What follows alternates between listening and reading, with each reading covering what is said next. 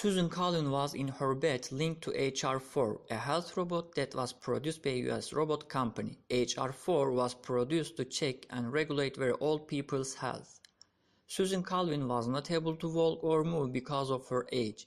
She was very proud and happy on the other hand, because there was a robot in every single home and people were happy living with those robots. After his governor duty, Stephen Bayerly had been the President of the United States for 5 years. During his presidency, robot technology had reached to another level. They developed more than ever and so cheaply. Stephen Bayerly started a project named One Server Robot for Every Home. On the other hand, a lot of humanoid robots has been produced to become presidents of other countries, but no one knew about it. All of them had different appearances, skills, charismatic specialties, and cultural knowledge. Almost in every country in America, Europe, and Asia had robot presidents.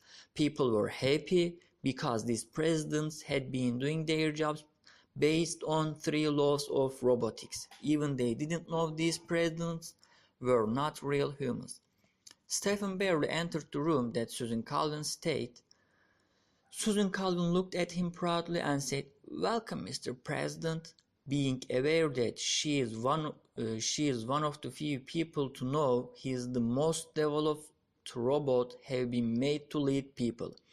"Hello, Mrs. Collins, how are you?" said Bayerly. "I am very happy and proud because I am looking at what I had dreamed since my youth. You have the right to have this honor. Without you, this was not possible. Besides this, every people on the earth has a robot that serves them and they have presidents that works to make them have good lives. Yes, presidents don't injure their people or don't let them to come to harm. Presidents that work to meet their people's needs and demands also don't read the rules they have to obey." Mrs. Colvin, "These are not only things we do. We are working to do more than that. Starting the campaign, One Server Robot for Every Home, we thought about something bigger." "So, what's that?" "You know, human beings are the only creatures that harm their habitat and work to destroy nature." "Yes, this is one of the reasons why I don't like humans as much as I do robots," she whispered.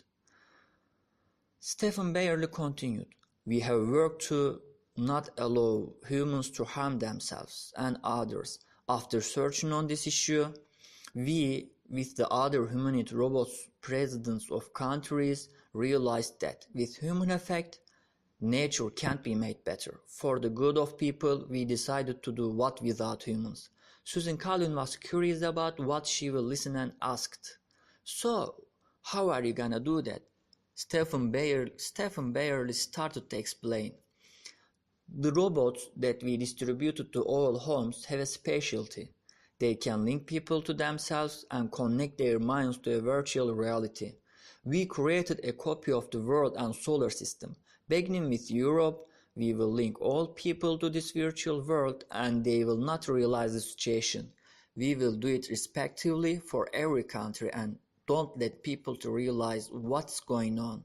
In this virtual world, they will be persuaded that they have to make the world a better place and organize nature again." "So, what will happen next?" she cut in curiously.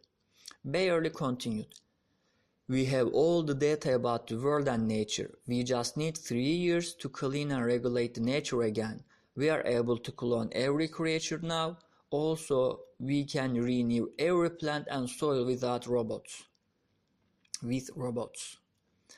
So, what will happen after doing all of this? How will you make people turn the real world again and how will you explain the situation?" she asked.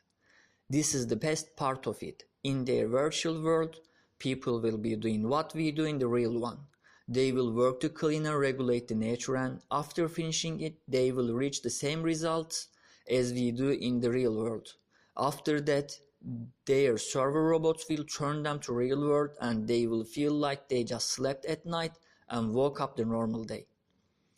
Susan Collins was shocked by what she heard. Starting her job, she thought the robots would be better than people.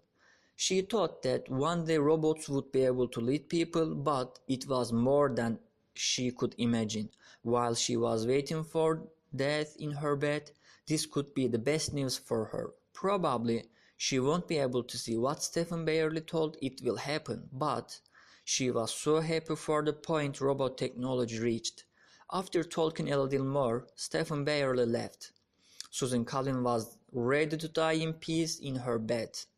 She saw that her dreams came true and there was no need to live for something else anymore.